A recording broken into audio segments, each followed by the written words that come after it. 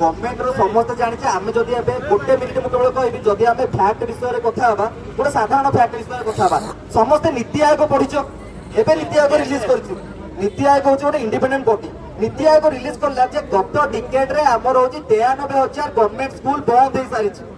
93,000 government school बंद हे सारिछि 94,500 हां 1,03,000 केते प्राइवेट स्कूल ऑलरेडी ओपन हे सारिछि ता माने भाबुता शिक्षाटी गवर्नमेंट द्वारा कंट्रोल होछि ना प्राइवेटाइजेशन आडी को जाउछि प्रथम कथा एटा तार कारण कोन लिखा छि ना ता कारण लिखा छि शिक्षकंकर अभाव छात्र छात्रींकर अभाव समस्त आमे पढी के आछे प्राइमरी रे 30:1 रेशियो अपर प्राइमरी रे 35:1 रेशियो तेबे को ओडिसा रे एमिति केतेटा स्कूल अछि जो स्कूल रे 30:1 और 35:1 अनुसार शिक्षा व्यवस्था चली छि समस्त को ताले एबे को आ गोटे कथा अवसर प्राप्त शिक्षक 5,742 तमे नियुक्ति दो किछि कथा नै तमे 5,742 अवसर प्राप्त शिक्षक नियुक्ति दउछो मते गोटे कथा कहइबो जदि अवसर प्राप्त शिक्षक नियुक्ति दबार थिला ताले ताको अवसर को पई दउथुलो ताको को पई जे कि डायरेक्ट तमे नियुक्ति रखिलोनी को पई एहार गोटिए कारण जदि आमे तांको होची सेही पूर्ण स्केल पे अनुसार रखिबु ताले तांको हम पूर्ण दरमा दबाक पड़िबो किंतु अवसर पर तमे जदि गेस्ट फैकल्टी रखिबो दिन को 300 अनुसार मजूरी हिसाब रे तांको दबाक पड़िबो तो एठी केते अर्थ बचिबो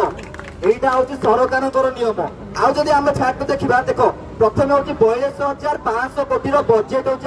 आलोकेशन हेतिला 42,500 समथिंग कोटी रो आलोकेशन हेति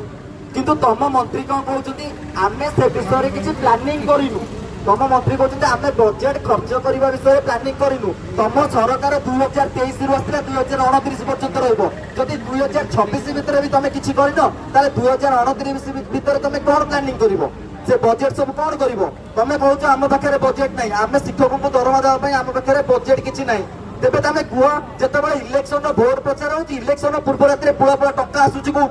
जे तम घरे बजेट नै तमे कहउछ हम पाखरे बजेट नै ओडिसा होची गोटे गरीब देश तम शिक्षक तम सरकार कहिसंती ए कथा जे ओडिसा रो होची बजेट बहुत कम सेति आमे वैकेंसी काढी परनु जदि ओडिसा रो एते बजेट कम ताले ओडिसा रो खणी को तमे प्राइवेटाइजेशन करी बिकि देला तो पई प्रथम कथा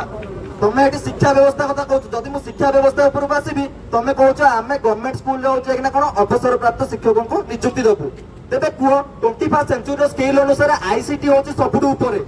समस्त जानिथिबो 21st सेंचुरी स्केल रे सबुठु आमे गुरुत्व दोची का ऊपर आईसीटी ऊपर गुरुत्व दोछु बोली आमे प्रति स्कूल रे होची कोन ना प्रति स्कूल आमे स्मार्ट पैनल लगेछु स्मार्ट बोर्ड लगेछु गोला पटा को हटे कि ना आमे ता आगे स्मार्ट पैनल लगेछु मते गोटे कथा एटी दाबीर सहित कुओ केउ अवसर प्राप्त शिक्षक आईसीटी विषय रे 100% ज्ञान रखिछथि जे पैनल केते जण खोली के ऑपरेट करि परिबे मते एटी कुओ ताले तेबे कुओ गुणात्मक शिक्षा तमे क्वालिटी एजुकेशन कहउछो एटा क्वालिटी एजुकेशन ना तमे पैसा बंचेयर एटा होचे गोटे फास्ट चाटी जोटे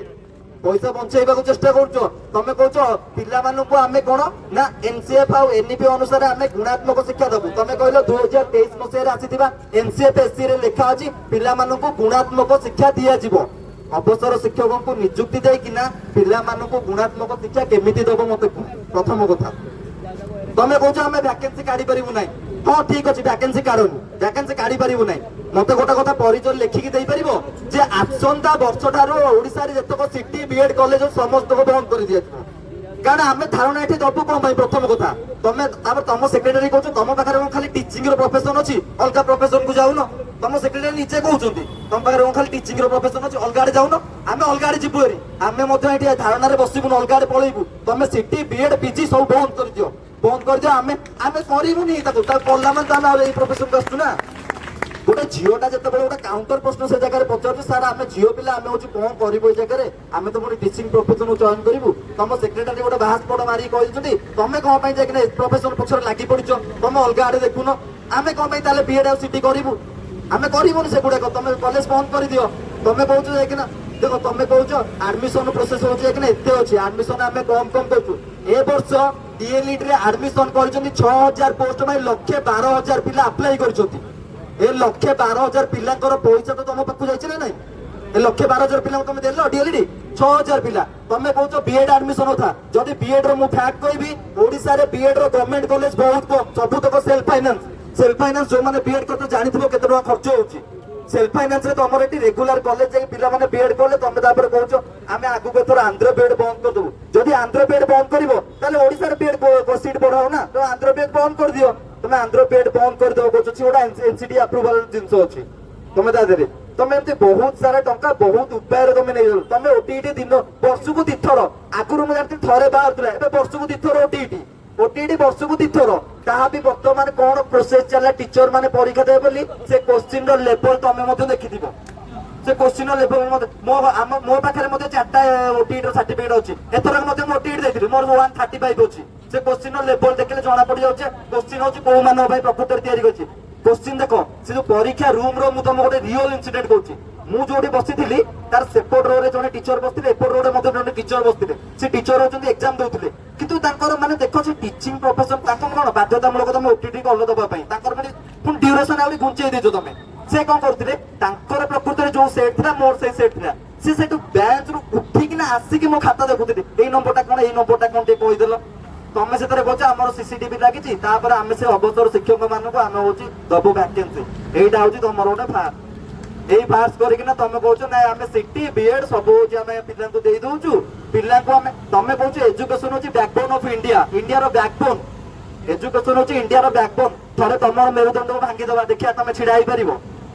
तमे भाई एटी एजुकेशन सिस्टम रो मेरुदंड भांगी कि रखिछो 4 दिन हेलानी तम सेक्रेटरी हां मु मानुची तम भितरे कोन चलीथिबो कोन न चलीथिबो मु ता जानिनी किंतु मु एतिकी क्लियर जान जे तम सेक्रेटरी तम इग्नेस जिंस तम कान रे के पकेया को दउ नथिबे कारण तम सेक्रेटरी होची एकना प्रकृति तम सेक्रेटरी से केवल अछंती ना आमे केमिति होची भलो भाबरे भलो कथा होची एकना मंत्री को कहिबु भलो कथा मंत्री कहला परे होची से माने कोन जिंस करिवे तमे जानि न 4 दिन रे एठी होडे होची एकना हमर आंदोलन चलची बोली तमे से कथा देखाउनी काई तमर तो कोनोसी नेता आसी कि ना जगह देखा करू नांती